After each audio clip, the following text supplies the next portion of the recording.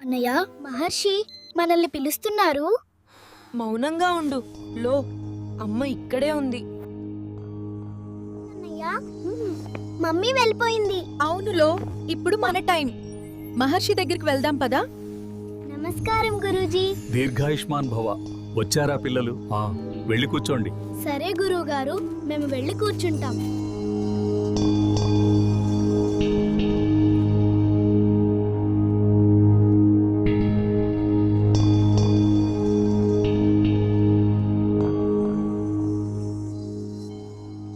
ఈరోజు మనం ఒకే మాట ఒకే బాణం ఏకపత్ని వ్రతుడు అని పేరు పొందిన శ్రీరామచంద్ర ప్రభువు కథ తెలుసుకుందాం. రామచంద్ర ప్రభువా?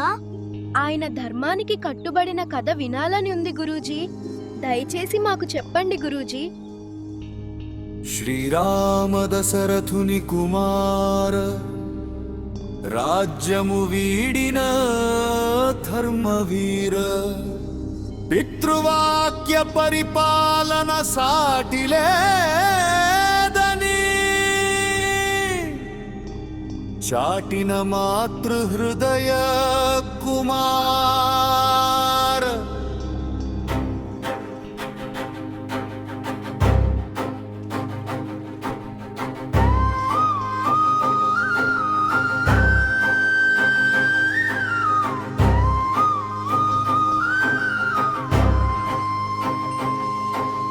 తండ్రిచ్చిన మాట కోసం సింహాసనం వదిలి వెళ్ళాడు రాముడు. కన్న తండ్రి గౌరవం కోసం కానల బాట పట్టాడు గుణరాముడు. రాముని మాట రాయని శాసనం, తండ్రికి ఇచ్చు త్యాగ కుసుమం. మాట ఇచ్చి మడమ తిప్పని ఆ గుణమే మాకు ఆదర్శం. నీతి వినండి పిల్లలు, కన్నవారి మాటను గౌరవించాలి. ఇచ్చిన మాటను ప్రాణంగా నిలబెట్టుకోవాలి. చూశారా పిల్లలు? ఏదైనా ఒక మాట ఇస్తే దాన్ని ప్రాణం పోయినా నిలబెట్టుకోవాలి. అదే నేను మీ అందరి కోసం నేర్పే ధర్మం. అర్థమైందా పిల్లలు? ఈ కథలో మీరు ఏమి నేర్చుకున్నారు?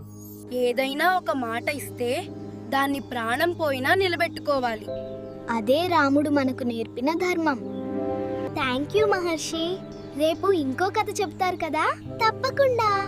మంచి కథలతో మళ్ళీ కలుద్దాం. ఫ్రెండ్స్, మీరు కూడా ఎవరికైనా మాట ఇచ్చారా? అయితే అది తప్పక నెరవేర్చండి. ఈ పాటను మీ ఫాదర్ తో కలిసి పాడుతూ రీల్స్ తీసి పంపండి. తర్వాతి కథ ఏంటో గెస్ చేయండి. అలాగే రామాయణంలో మీ ఫేవరెట్ క్యారెక్టర్ ఎవరో కామెంట్ చేయండి. మేం ఆ క్యారెక్టర్ పై కూడా ఒక అద్భుతమైన సాంగ్ సిద్ధం చేస్తాం. Jai Shriram. Don't forget to like and subscribe